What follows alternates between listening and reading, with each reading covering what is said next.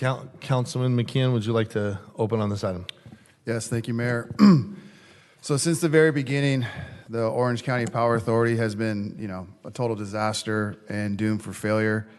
I believe in providing choice to consumers, but I do not believe the government is the vehicle to provide choice in the private sector, especially not in the incredibly complex and volatile energy market. Despite all of this, the founding cities of the OCPA forged ahead with poor decision after poor decision, the worst of which was hiring a CEO with zero experience in the complex and volatile energy sector. They then launched the OCPA under the false premise that the OCPA could deliver 100% green energy, which is impossible, and at lower rates than SCE.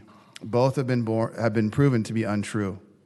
The problems were further exacerbated by a lack of transparency, mismanagement, whistleblower complaints, audit after audit, shady contract purchases that circumvented board oversight, paying a fine instead of providing required resource adequacy energy in order to stabilize the grid. Chaos on the board, the firing of legal counsel, the firing of the CEO, and the list goes on and on. When I first became a board member, I asked to see the power purchase contracts that were purchased on behalf of Huntington Beach so that we could ascertain whether or not we could sell the contracts for higher than we purchased in order to protect our ratepayers. A simple non-disclosure agreement became a 4-month pulling teeth process until we finally received the contracts a couple weeks ago.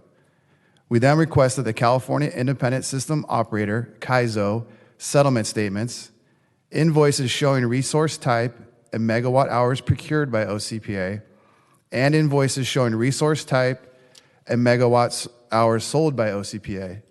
We explained that they could redact everything else. This would essentially show us the mix of energy we were purchasing and delivering to customers, and at what rates, since the OCPA was claiming they were delivering 100% renewable energy in the highest price bracket. Essentially, the detailed receipts. We were denied this request, even under NDA and public records request, and as a founding city of the OCPA. At the March 15th OCPA board meeting, I asked for the calculus behind paying the $2 million fine instead of procuring the required resource adequacy, which is essentially backup energy, in order to protect the power grid from blackout during summer peak demand months. That same meeting, the consultant, Pacific Energy Advisors, explained that it would be very challenging for OCPA to purchase resource adequacy because of the lack of energy currently being produced. Southern California's Edison's market share and ability to purchase longer-term contracts allows them to procure resource adequacy in order to protect the grid and is therefore a safer option for our residents. Because of this lack of energy, the Pacific Energy Advisor also explained that we are in a seller's market, evidenced by the current high cost of energy. That same meeting, I had the OCPA confirm that their $41 million net operating income was from the fact that they sold unused power contracts at higher prices than what they were purchased for. Essentially a total shell game.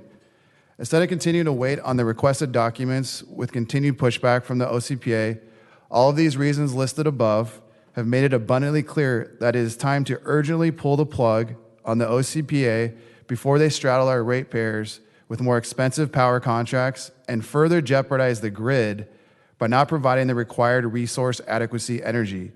I advise a flight to safety back to Southern California Edison, who has the purchasing power and longer-term contracts that can provide resource adequacy so that our grid is not jeopardized. The County of Orange's decision to withdraw from the OCPA in December and their analysis of the purchase contracts have shown that we can sell our energy contracts for higher than what they were purchased.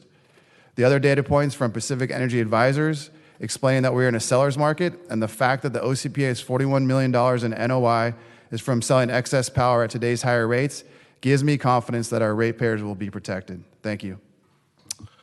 So